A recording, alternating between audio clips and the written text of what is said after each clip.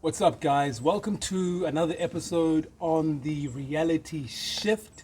And today we have the first men's round circle. At the moment, we're still a small group, but as we go along, we're going to grow.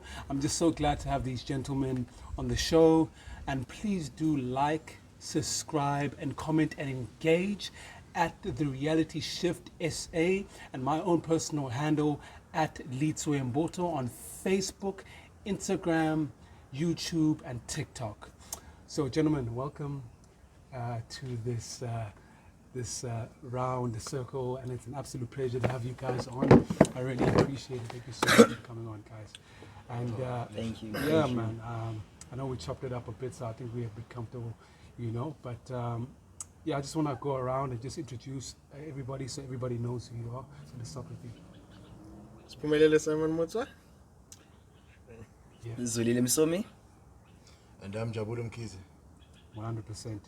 And today we're going to be discussing a topic. The topic is, what does it mean to be authentic, to be true to oneself, and at what cost? This is a big one. And I think as men, I think this is a wonderful conversation to get into. Because this is something that, hey, we don't really want to talk about, and it highlights proper things. Okay, I think for me, being authentic,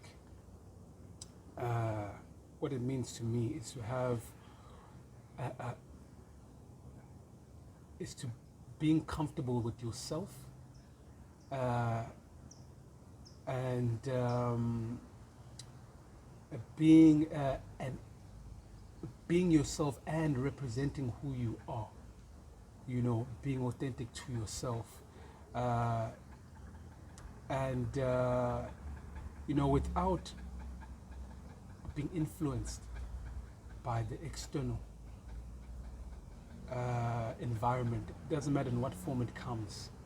I think to get to that stage where you get to that point where you're comfortable with yourself and you're comfortable with growing with who you are and transforming and moving forward, in your power as you are, and accepting self. And when it comes to being truthful to self, that's a hard one, especially for us men. I think it's one of the hardest.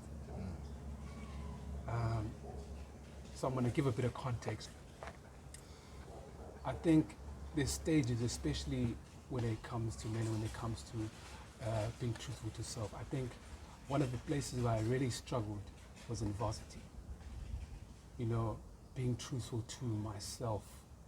And I think just generally, it's a long journey. But I feel like as I'm getting older, there's a lot of things that I no longer worry about. I'm becoming more comfortable with myself. I can be myself completely in a way, not worrying about much, what people would think or say, and I can engage with people a lot more, But yeah, man, I think in varsity for me, I'm just going to give an example. That was just for me. I know our struggles are a bit different. There was this culture, as you were also talking about, how you have to sleep with let's talk. Yeah. How many women you sleep with, and comparing and saying, yeah, what's your number, or whatever it is, or saying, no, this person. And I was just like, I wasn't that guy, but I felt that toxic masculinity. And I was like to myself, hey, I found myself trying to conform into the idea of what and who a man was at that time, to become validated as a man. Like, okay, if this happens, it means I'm a man. That was my struggle there. And the cost was mental health, because I wasn't being true to myself. I was feeling very sad, melancholic, you know, and I didn't know how to. And you know, when you're not 100%, out they can feel that energy. They can feel it, and instantaneously, because we are social beings, we react to that energy, you know, and it just wasn't bringing the right things into my space and that kind of thing.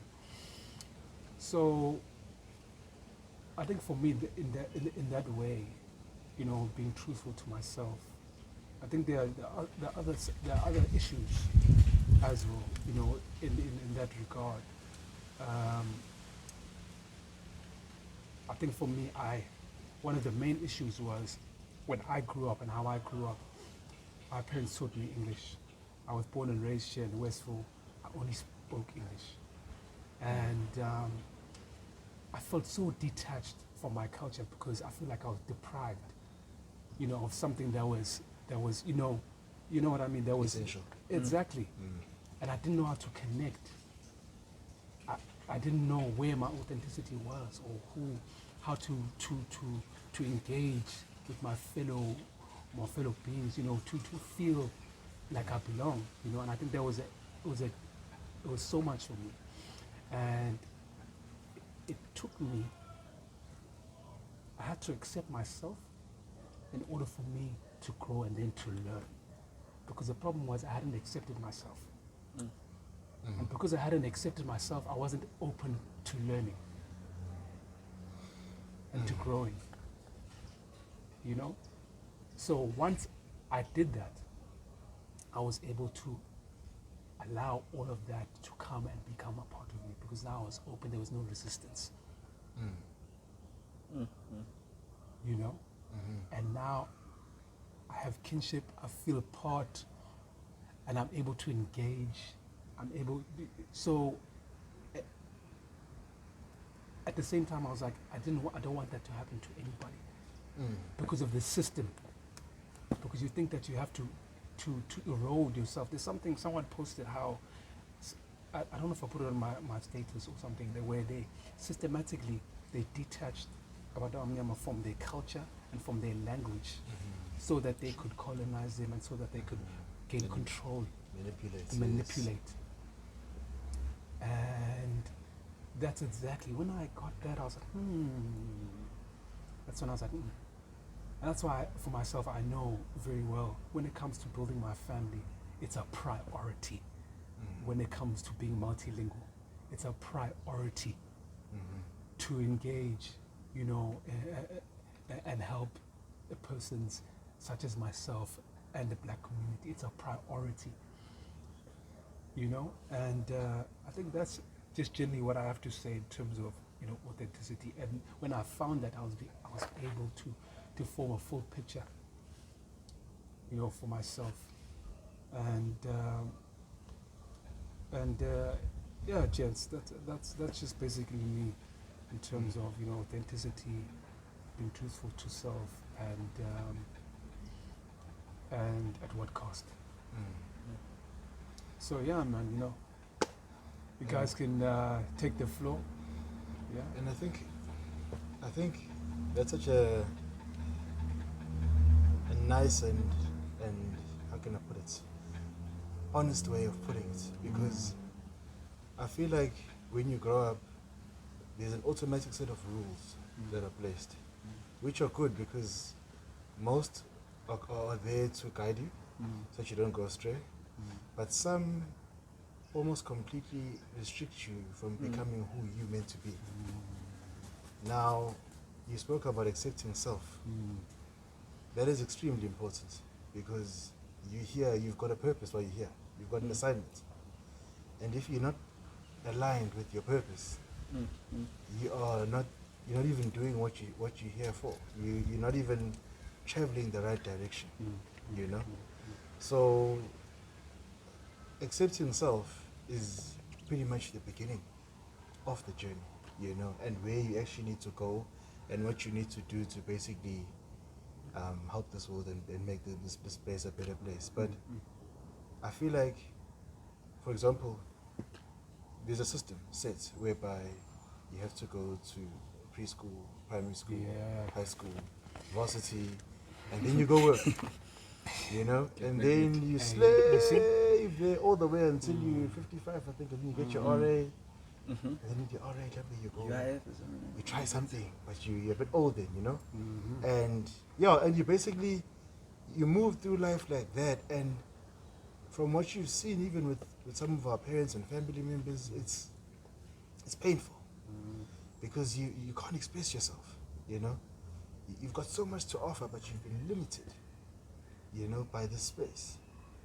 Yeah, well, so the minute you refuse to go to varsity, some people are going to pull you out and say, what's wrong with this guy?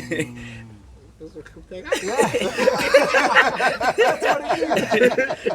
what it is. How does the certificate?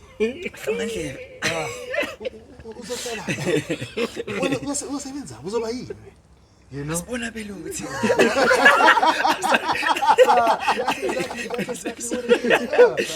You know, and that kind of thinking is exactly what it instills fear.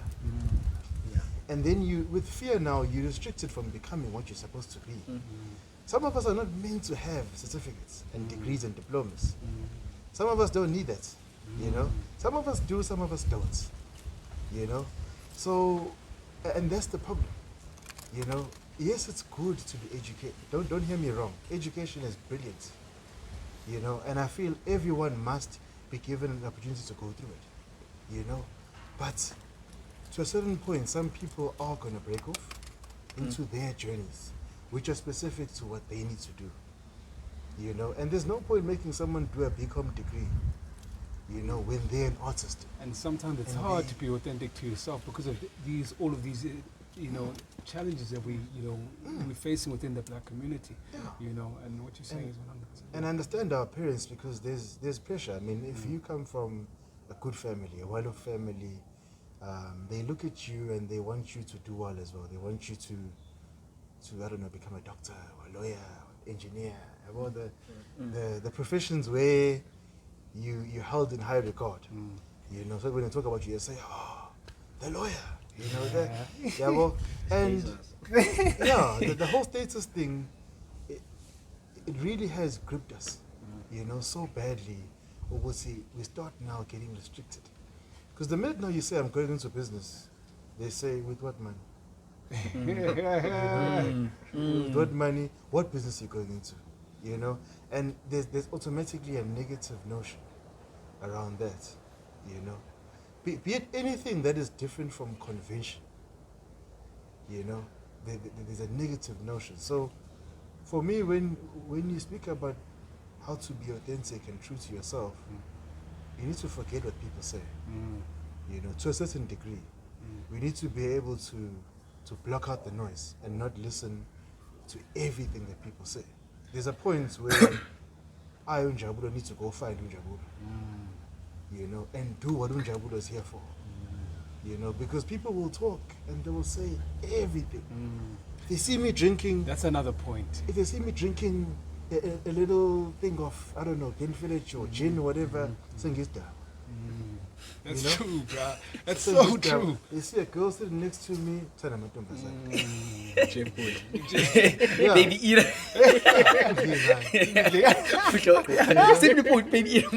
Yeah, so there's going to be judgments, guys. And I feel like we need to accept it. There's going to be judgments, you know, but you need to block out the noise, you know, find yourself, creep all the way into yourself. Find yourself and then back yourself. You know, back yourself because people are going to tell you you're doing the wrong thing. You're in business.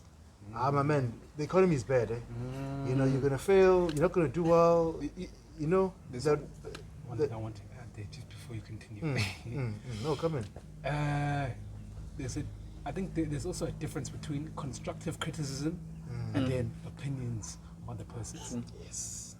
There's constructive criticism, and you can tell, you don't even need to hear what the person is saying. You can tell whether this energy is coming from a place of malice or lack of exposure or ignorance or you can tell. You can tell when it's constructive criticism. Right? You can say, okay, now I know he understands this, that, and the other. So let me ask him, okay, yeah. Oh, he says, okay, this is, you should be doing this. And you're like, constructive criticism. Yes. You know, when you make that distinction here, then you become less offended. You understand, okay, that's an energy, negative energy. Mustn't bring that in. This is constructive criticism. This is something I can use to better myself. Yes. Yes. You know, that's just to add on to what you're saying, my brother. And just continuing there, that is the cost. People are going to call you out. People are going to talk about you. Who does he think he is? You know, he thinks he's Bill Gates. He thinks he's, you know, and they're gonna call you out, guys. You know, they're gonna ridicule you. They're gonna laugh at you, and it might affect your self-esteem to a certain degree. But that's where you need to block them out. That is, for me, that's the cost. You know, because we're all so different. No one can really, really fully understand your journey. You know, except for you and Abantu Bagini. You know, it's so profound, and that's why we need each other, because there's elements of my life which I'm going to explain to Zodil or explain to you, and you're going to be able to comprehend it better and explain things to me better. So we're connected because we need each other in that sense, you know, but my journey is specific to me, you know, and it's got nothing to do with what the government thinks, you know, and what even people, my neighbors and my community thinks, you know. Yes, I must not now turn into someone who's doing bad things in the neighborhood and selling drugs, and, you know, I mean, that's uncalled for. But my journey is specific to me, you know, me, my creator, you know, and how I basically download all that information that I need to tap into, you know, just to give my 2 cents worth, you know, on the issue. Yeah. I think on my side, just to allude to what Njabule said, on my side, basically what it means for me to be authentic and true to myself is to have a set of values and ethos that are true to myself, while I ensure that they're not detrimental to me and others as well. Because sometimes, because people will say, no, you must be true to yourself, but at what point you cannot be a Hitler and then say, no, I'm being true to myself. Or you cannot be rude to people and say, no, this is just the way I am. Absolutely not. Absolutely not. No. Don't come with your mental issues and whatnot and the toxic ways and say, no, this is the way I am. No. You gotta be healthy as well. So for me, simply put, it's just a way of maintaining sets of values and ethos that are good to me, that help me to grow as an individual. Personally, I'm a Christian and I've been blessed to receive Christ at a young age, simply because at a young age I grew up in Mlazi, and obviously with influence it can go either way, you know.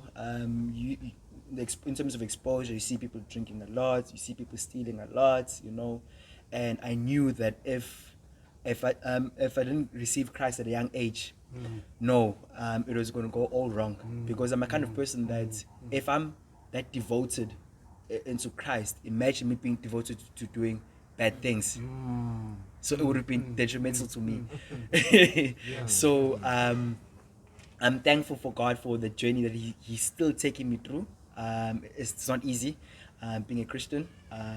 So I take it one day at a time. I'm not one who says, no, I'm a perfect Christian, I've got it all together. No, I don't have it all together. No, will I ever have it together.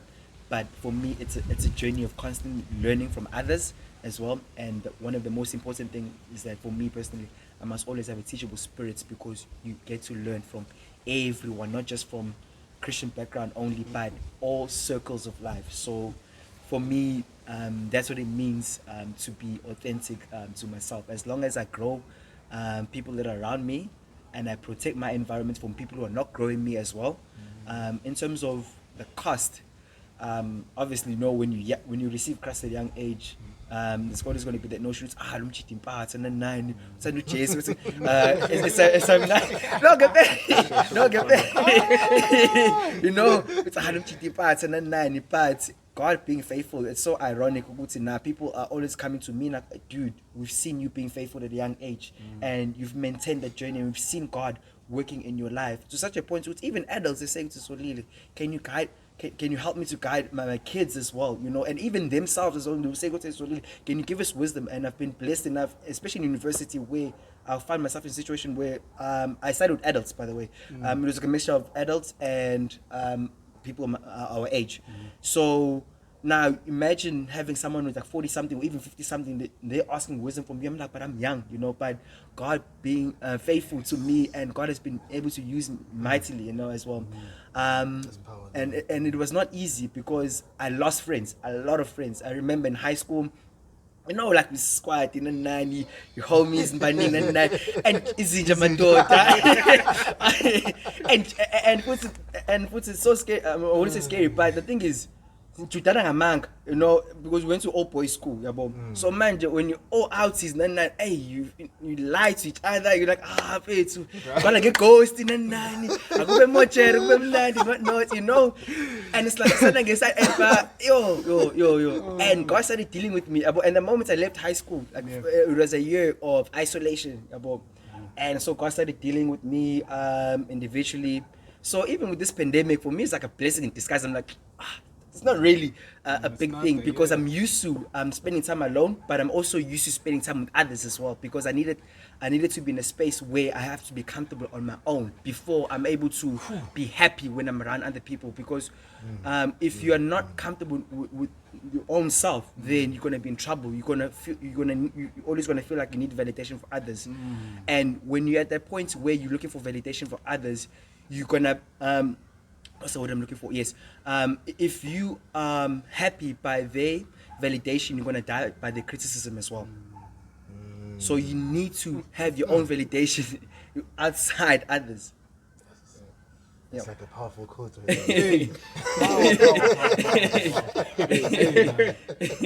Yo, and for you, Simon, you have anything to add? Well, I'll just take it a bit of a lesson. One of the things I've learned in life was when a baby is born, in their brain they're empty. The conscious mind is empty. Surprisingly, the subconscious mind is not empty.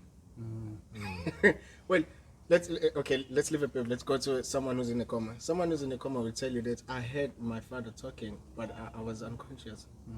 Because in the subconscious mind, they can still hear. Well, let's go to a baby. When a baby is born, if the father was treating the mom rude, not respecting her, the baby will be born with anger towards that. But even though they will show it in the young age, and then they'll later be fine. What I'm trying to say, there's a subconscious mind and there's a conscious mind. The crazy thing with the subconscious mind, I can't tell my liver to do what it's doing right now, my heart to function, my kidneys to do whatever they're doing right now as I'm speaking. It's the subconscious mind that is sending the message there, like, keep on pumping hearts, don't die now. Now here's the crazy part. Every human being has a vibration. If we take it back, they didn't have technology. How they were gonna know there's gonna be an earthquake? Because the bird was gonna fly away, the animal was gonna go this direction. So humans instantly knew there's a danger. That's why the animals are running. It was vibration. It was they can sense the land. We can't sense the land. Humans were connecting with animals without even talking. It was the vibration. Now here's the crazy part. You are born as a baby. Your conscious mind is empty, and they start feeding it. Your mom starts saying things. Your family, your friends, the community, the world.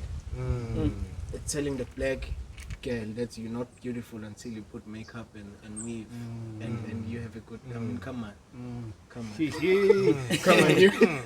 you ain't beautiful.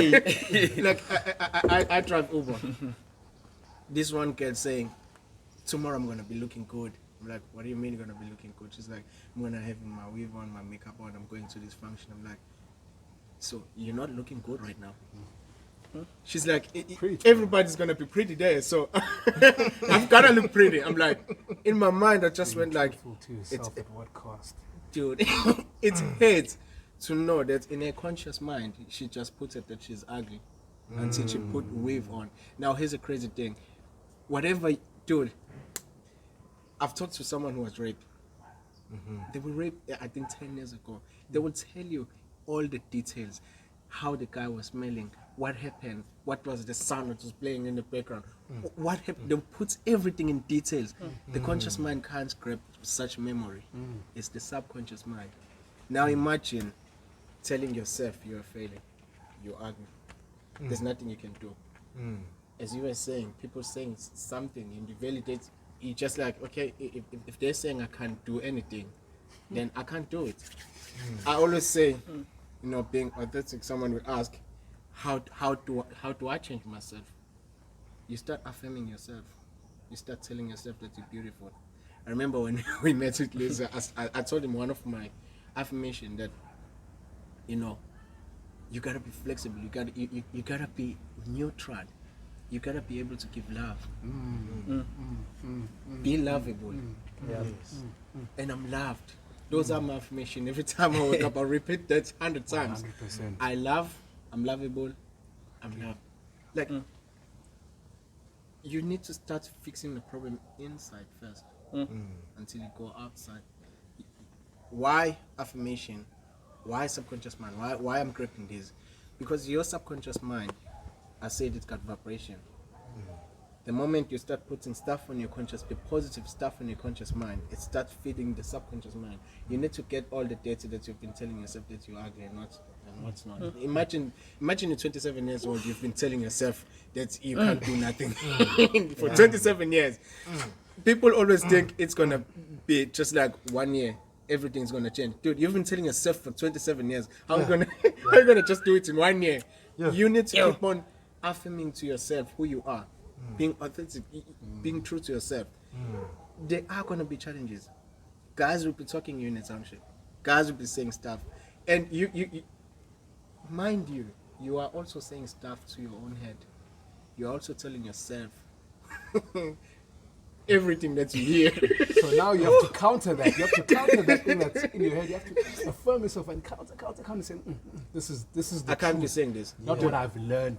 That's And, negative. and delete those 27 years Delete the 27 years. How are you gonna delete that's- the 27 years? of these gigs of memory that have just been Dude, that has stored there.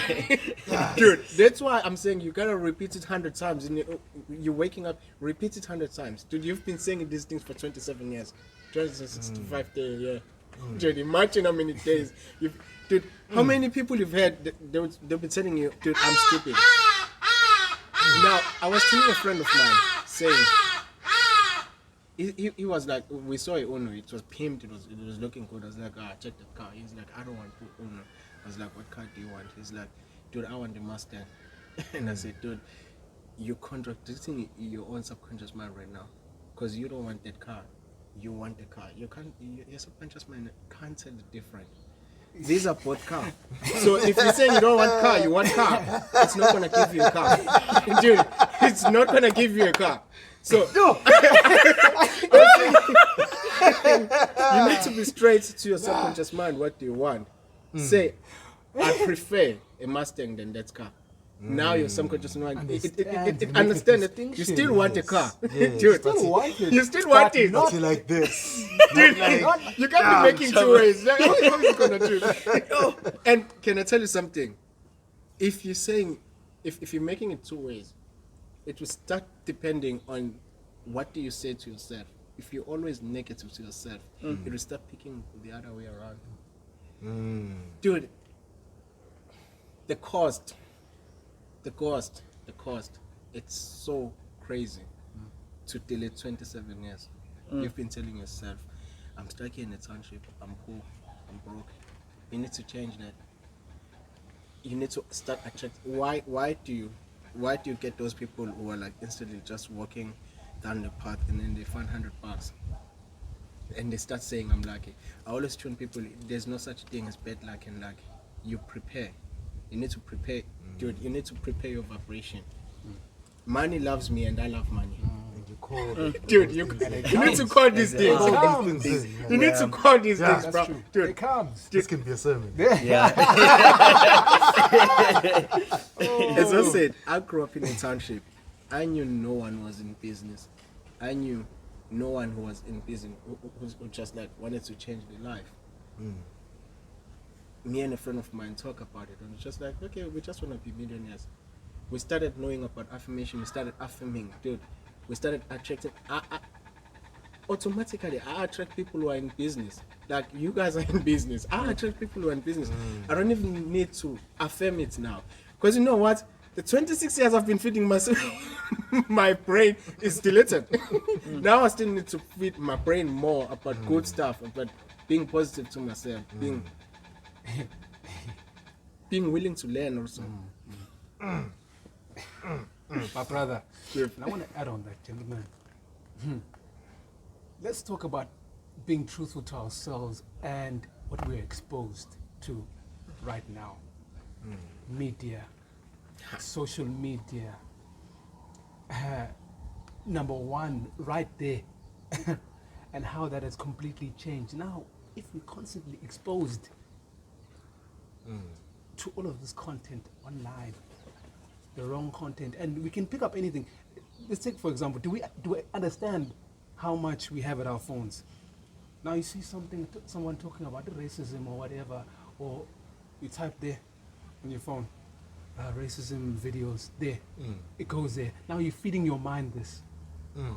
You type there pornography or whatever it is, you feed your mind that, right? And the exposure that we have, we need to be aware and to guard our environment. True. You see, I think one thing that I've learned as well is that when you're able to control your environment, you can, or take yourself out of your environment, control it, and gain some sort of control. You'll be able to become your best self. Just become the most truthful to yourself. When you have that, when you can control your environment. So now, for me, when it comes to being truthful, I have my own things in my mind. I'm like, okay, if I'm gonna use this platform, I'm gonna use this for business. Nothing else. I have my boundaries. Okay, here at this time, I'm not gonna go on here to look at this. I only have this for a certain amount of time. At 9 o'clock, okay, I'm gonna stop using my phone. I'm gonna start using my phone at this time. You know, because everything that we see, it doesn't matter. Even WhatsApp stories, those are they're the worst. No, but gentlemen, and then you open up and then you see how many people are looking at your thing. All of that, it affects you. And it doesn't allow you to connect with yourself and be true to